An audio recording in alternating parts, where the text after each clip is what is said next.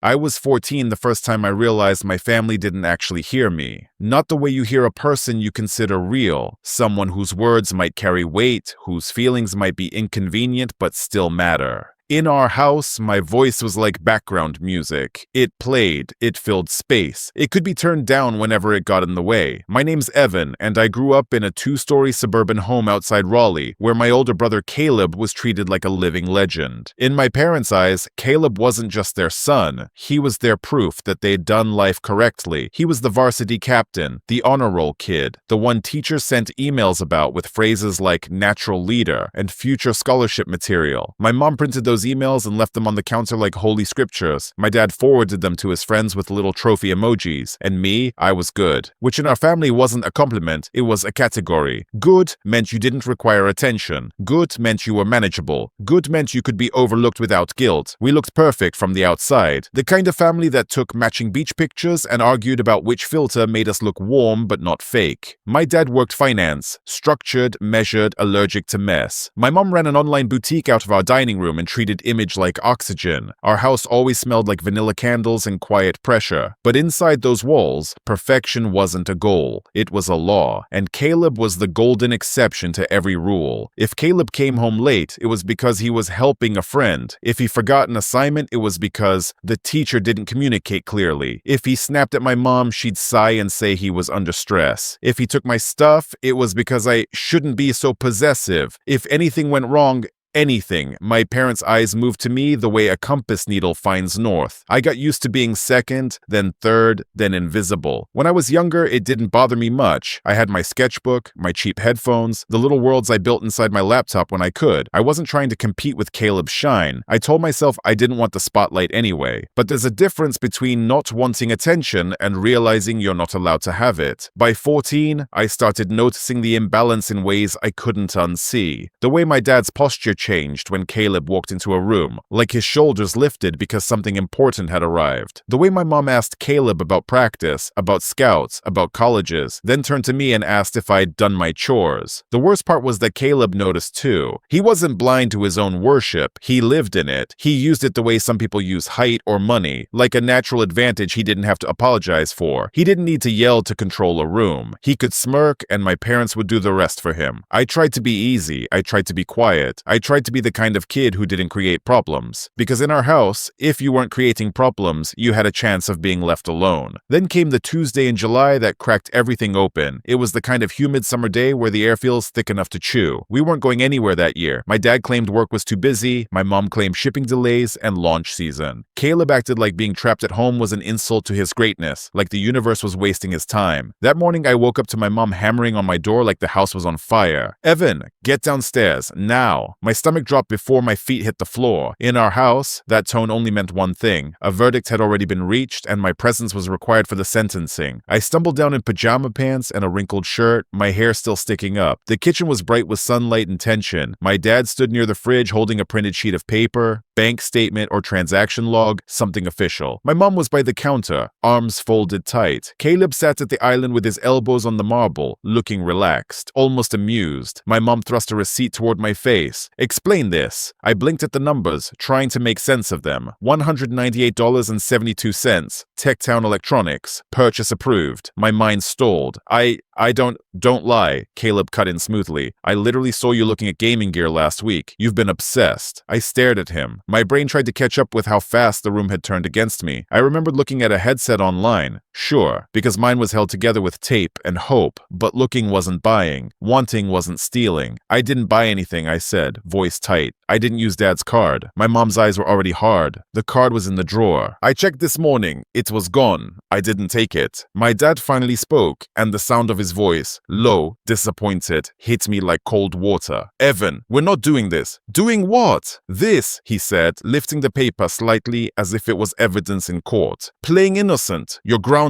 Your phone, your laptop, everything will decide what happens next." I looked at my mom, expecting, stupidly, some sign of doubt, some flicker of motherly instinct. Instead, she shook her head like she was tired of my existence. "You're lucky we're not calling the store for footage," she snapped. "Go upstairs. Give me your electronics now." My chest felt too small for my lungs. The words pressed against my ribs. "Ask me," I said, louder than I meant to. "Ask me what happened. Ask me anything." My mom's jaw clenched. "We don't need to. We know." And in that moment, a clean, quiet truth slid into place inside me. They didn't accuse me because the evidence pointed to me. They accused me because it was easier. Because in their minds, Caleb was the type of son who had a bright future. I was the type of son who needed to stay on track. So that was it. I was grounded for the rest of summer. No phone, no games, no laptop, no leaving the house unless my mom was watching me like I was a shoplifter. I could read, clean, and reflect. Caleb walked around for the next few days like he'd won a private war. He didn't gloat loudly. He didn't have to. He'd pass my door humming some dumb victory tune from soccer practice. If my parents weren't around, he'd whisper things like, "Hope it was worth it." The worst part wasn't the punishment, it was the certainty. They hadn't asked me once, not one question, not one, "Are you sure?" Not one, "Help me understand." They'd looked at me and decided my truth wasn't worth hearing. 3 days in, my aunt Maren came over. Maren was my dad's younger sister and the only adult in our family who didn't treat me like an accessory to Caleb's story. She worked in cybersecurity, talked fast, laughed loud, and had this way of looking at people like she could see the code underneath their behavior. She walked into the kitchen, took one glance at my face, then at my mum's posture, and raised an eyebrow. "What did he do?" she asked, voice half joking. "Rob a bank?" My mum launched into the story like she'd been rehearsing it all week. Missing card, electronics charge, Caleb being so responsible about noticing, me being sneaky. Maren didn't nod along the way other adults did. She didn't slip into that comforting denial. She asked one question. "What store?"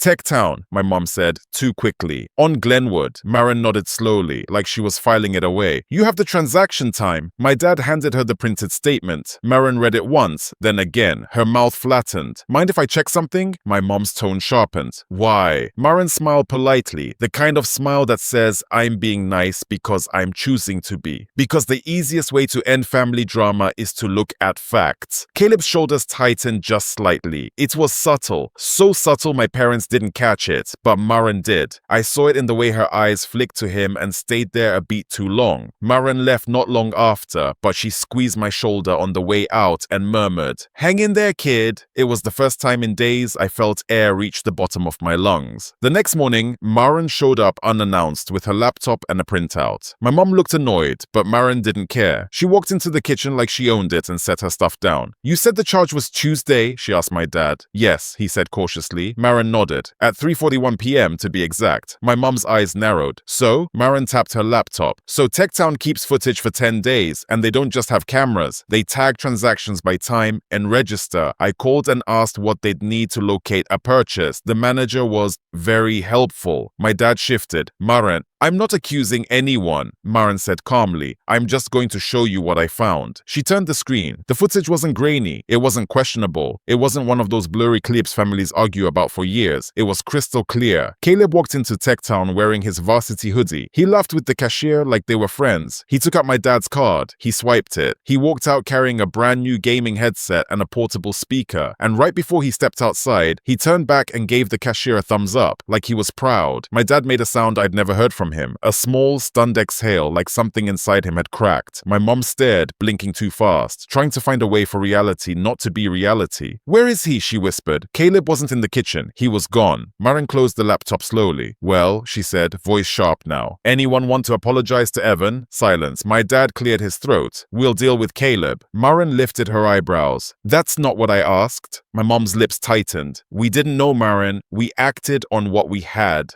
"No," Maren said, stepping closer. "You acted on what Caleb told you. You never asked Evan for his side. Not once." I stepped into the doorway. I didn't even mean to. My body moved before my pride could stop it. "So," I asked quietly, "am I still grounded?" My mom's gaze snapped to me like I'd interrupted something important. "We'll talk about it," she said. That was it. Not sorry, not we were wrong, not how can we make it right. Just we'll talk, like I was a meeting they could reschedule, like my humiliation and fear were items on a calendar. Maren Maren looked like she wanted to throw something. My dad rubbed his face, voice tired. It's been a long week, and in that moment, I realized something worse than being wrongly accused. The proof was right there. The truth was undeniable. And still, they wouldn't say the words, because saying the words meant admitting who they'd been to me. So I turned around and went back upstairs. That night, I stared at my ceiling until my eyes burned. I didn't cry. Crying felt like giving them something. Instead, I replayed the kitchen scene over and over, the moment where my parents saw the truth and still couldn't bring themselves to choose me. The next day, Caleb came home with new cleats. He didn't apologize. He didn't even acknowledge the footage existed. He walked through the house like a king who'd briefly been inconvenienced. My parents didn't mention the Tech Town incident again. Not to him, not to me. It was as if they'd put the entire truth into a locked drawer and decided the best way to handle it was never to open it again. A few days later, I overheard my dad in the kitchen talking in a low voice. "We can't make this a big deal," he murmured. My mom's reply came fast. "If the school finds out, they won't," my dad said. "We'll handle it. Maren won't say anything. She's family." I stood in the hallway, unseen, listening. They weren't protecting me. They were protecting Caleb's image. That was the moment something in me stopped reaching outward. Like a switch flipped. I didn't stop caring. I stopped hoping. And when hope dies, something colder takes its place. I started watching, not out of paranoia, out of clarity. I watched how my dad handled bills. I watched how my mom tracked orders and receipts. I watched how Caleb moved through the house like rules were suggestions meant for other people. And I started writing things down. At first it was small. Dates, phrases, patterns. The way my mom called Caleb baby and called me Evan like my name was a chore. The way my dad said we when talking about Caleb's future. We need to visit campuses. We should talk to the coach. And said you when talking about mine. You should be realistic. You need to keep up. You should try harder. Then school started again, and Caleb did what Caleb always did. He controlled the story. He told people he'd caught me with the card, but handled it quietly because he was a good brother. He let the rumor spread that he'd taken the blame to protect me. He wore fake heroism like a New Jersey. Teachers looked at me differently. Friends drifted. A counselor pulled me aside one day and asked if things were okay at home. But the question didn't sound like concern. It sounded like warning. Meanwhile, Caleb was appointed captain again. He got his own car. My parents took him out to celebrate and posted a photo captioned, "So proud of our boy. I was invisible. So I learned to work in the dark." By mid-September, I heard something in the garage that made my stomach drop. Caleb was on the phone, pacing near the tool bench. The side door was cracked open, his voice slipping out like smoke. "No, don't send it to mom's account," he said. "She checks that one. Use the other one."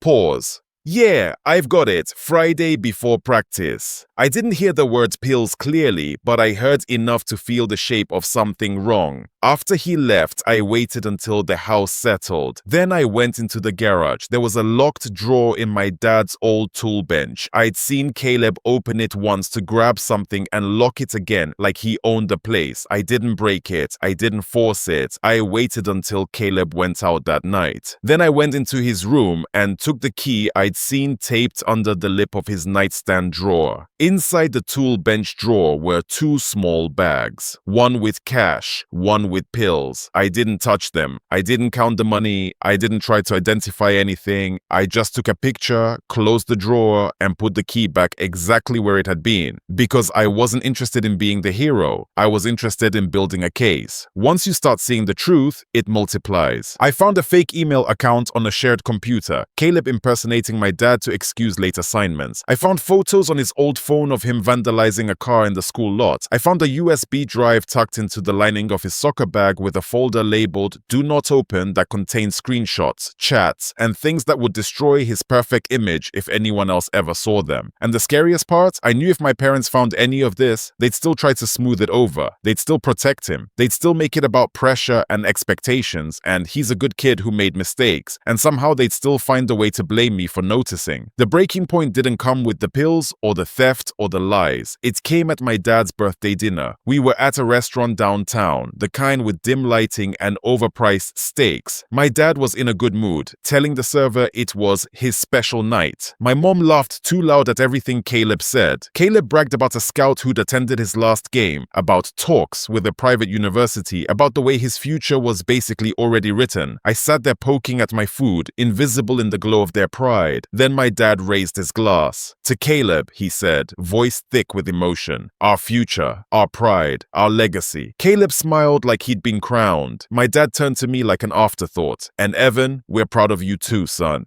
I blinked. He nodded once, like that was enough. Just stay on the right track. Stay on the right track, like I was the one in danger of ruining my life. Like Caleb wasn't sitting there with secrets in our garage, lies in his phone, and a whole fraud system built around protecting his image. Something in me went still, not angry, not devastated, clear. I wasn't going to convince them. I wasn't going to beg them to see me. I was going to show them the truth in a way they couldn't rewrite. And I was going to do it when it would hurt Caleb the most, when his future was hanging by a thread of reputation. So I planned. I made a checklist, not a revenge fantasy, a strategy. I compiled everything into a clean dated archive, screenshots, timestamps, photos, transaction logs, the TechTown footage Marin had forwarded to me. I organized it the way my dad organized his spreadsheets, cold, orderly, undeniable. Then I found one ally. Her name was Lila Grant. She was quiet, sharp, and the first person I'd ever seen stand up to Caleb in public. Caleb had tried to use her for a project, then smeared her when she didn't play along. She'd taken the hit, kept her head down, and moved on. When I approached her, I didn't ask for revenge, I asked for truth. I showed her a redacted version of the folder. Names blurred, details trimmed just enough to protect others. She stared at it for a long time. "This is real," she said finally. "All of it," I replied. Leela exhaled slowly, like she'd been holding her breath for months. "Okay," she said. "What do you want?" "I want the people who protected him to see who he really is," I said. "I want the story to stop being his." Leela nodded once. "I'm in." Word spread quietly after that. Not gossip, not drama, but whispers of people who had receipts. A sophomore who'd been pressured into sharing a Google Drive. A teammate who'd been threatened into taking blame. A staff member who admitted the administration had looked away once because Caleb's scholarship prospects made the school look good. My folder doubled, then tripled. It wasn't a file anymore. It was a case. Caleb's pressure point wasn't his friendships. He could rebuild those with charm. It wasn't even the school. Schools protect athletes until they can't. His pressure point was the scholarship, that private university Caleb kept bragging about. The glossy brochures my dad had already framed. The future my parents clung to like a life raft. So I created an email account under a neutral name. I wrote a message that was calm, formal, and devastating in its restraint, concern, documentation, redacted identities, request for review. Then I waited for the right moment. I chose November 6th, 2 days before a local Young Leaders Gala my parents were sponsoring in Caleb's honor. A week before the university's final recruiting decisions, right in the middle of midterms when the school was already tense and overloaded. Perfect timing doesn't have to be flashy. It just has to be inevitable. Caleb started to crack before the day even came. One night in late October, he barged into my room without knocking. His eyes were bloodshot. His hands trembled slightly. He looked scared. "You've been talking to people," he said, voice low. "Leela, Marcus, Jenna. You think I don't notice?" "I haven't said a word," I replied, and it was true. I hadn't. The evidence spoke for itself. Caleb stepped closer. "You're trying to destroy me." I looked at him, calm, steady. "You're scared," I said. His jaw clenched. "You don't get to do this. You're nothing." There it was, the truth he'd never said out loud. I tilted my head. "You stole Dad's card," I said softly. "And they forgave you. You lied and they protected you. You think they'll protect you forever?" Caleb's eyes flickered. "Because if they stop," I continued, "then they have to admit what they did to me." For a moment, he looked like he might hit me. He didn't. Instead, he stormed out, slamming my door so hard the frame rattled. And for the first time in my life, I smiled. Not because I was happy, but because I knew I was close. November 6th arrived like any other day. I went to school, I sat through classes, I answered questions, I watched Caleb laugh too loudly in the hallways like laughter could glue his image back together. During lunch, Lila and I moved quietly. We slipped USB drives into 3 staff mailboxes and the counselor's Dropbox. We sent the email to the university. We posted the redacted link to a folder on the school forum from an anonymous account with one sentence. "This is who you've been protecting." Then we went home. That night, the school caught fire. Not literally, but socially. Screenshots spread. Links circulated. People who'd been silent for months started speaking. Teachers who'd suspected suddenly had proof. Students who'd been threatened found courage in numbers. Caleb didn't come to school the next day. Neither did I. I stayed home and listened. My dad got a phone call in his office. His voice shifted from confusion to disbelief to anger so sharp it cut through the walls. He called Caleb downstairs. My mom's voice rose. A door slammed. Footsteps thundered. Then silence. Thick, heavy silence, like dust after an earthquake. It wasn't satisfying. It was surreal. Because in the middle of all the noise, I kept thinking it didn't have to be this way. If they had listened to me in July, truly listened, Caleb could have been forced to face consequences before he became a wildfire. If they had chosen truth over image, maybe we wouldn't all be choking on smoke now. But my parents had raised Caleb like a symbol, and symbols are fragile. Over the next 48 hours, Caleb's scholarship vanished. The university didn't argue. They didn't debate. They sent a sterile email. Thank you for the information. Decision rescinded. The school suspended Caleb pending disciplinary review. Coaches stopped returning his calls. Friends went quiet. Even the people who'd once orbited him started stepping away like he was contagious. On the day of the disciplinary hearing, my dad drove Caleb to school himself. He didn't look at me before leaving. My mom washed the same mug over and over at the sink, hands shaking, eyes vacant. I went to my Aunt Maran's house. She opened the door before I knocked. She pulled me inside like she'd been waiting. I saw the folder, she said. Leela sent it. I braced myself. Are you mad? Maran's expression softened in a way I wasn't used to adults softening for me. No, she said. I'm proud. The words hit me like warmth after being cold for years. I didn't know what to do with them. I just swallowed hard and nodded. Later that afternoon, I went home. The house felt different. Not better, not healed, just altered, like the air had been rearranged. My dad sat at the kitchen table, hands steepled, staring at nothing. Sit, he said. I sat. He looked at me like I was someone he didn't understand anymore, like I was a stranger who had somehow learned the language of power. We came back from the hearing, he said slowly. Caleb's been expelled. I waited. My dad exhaled. He admitted to most of it. He said he felt pressured. He said he didn't think he'd get caught. My throat tightened. Pressured. The convenient excuse that turned harm into tragedy. Then my dad's voice dropped. They asked us how we didn't notice, he said. How we let it go on this long. He paused. And the truth is, his eyes lifted to mine, heavy and exhausted. We didn't want to notice. There it was, the confession I'd waited years to hear. Not an excuse, not a defense, a truth. I felt something in my chest shift, not joy, not victory. Just a small, quiet grief for the childhood that could have existed if they'd chosen differently. You let me believe I was the problem, I said. My dad nodded once. I know. He reached into a folder and slid a check across the table.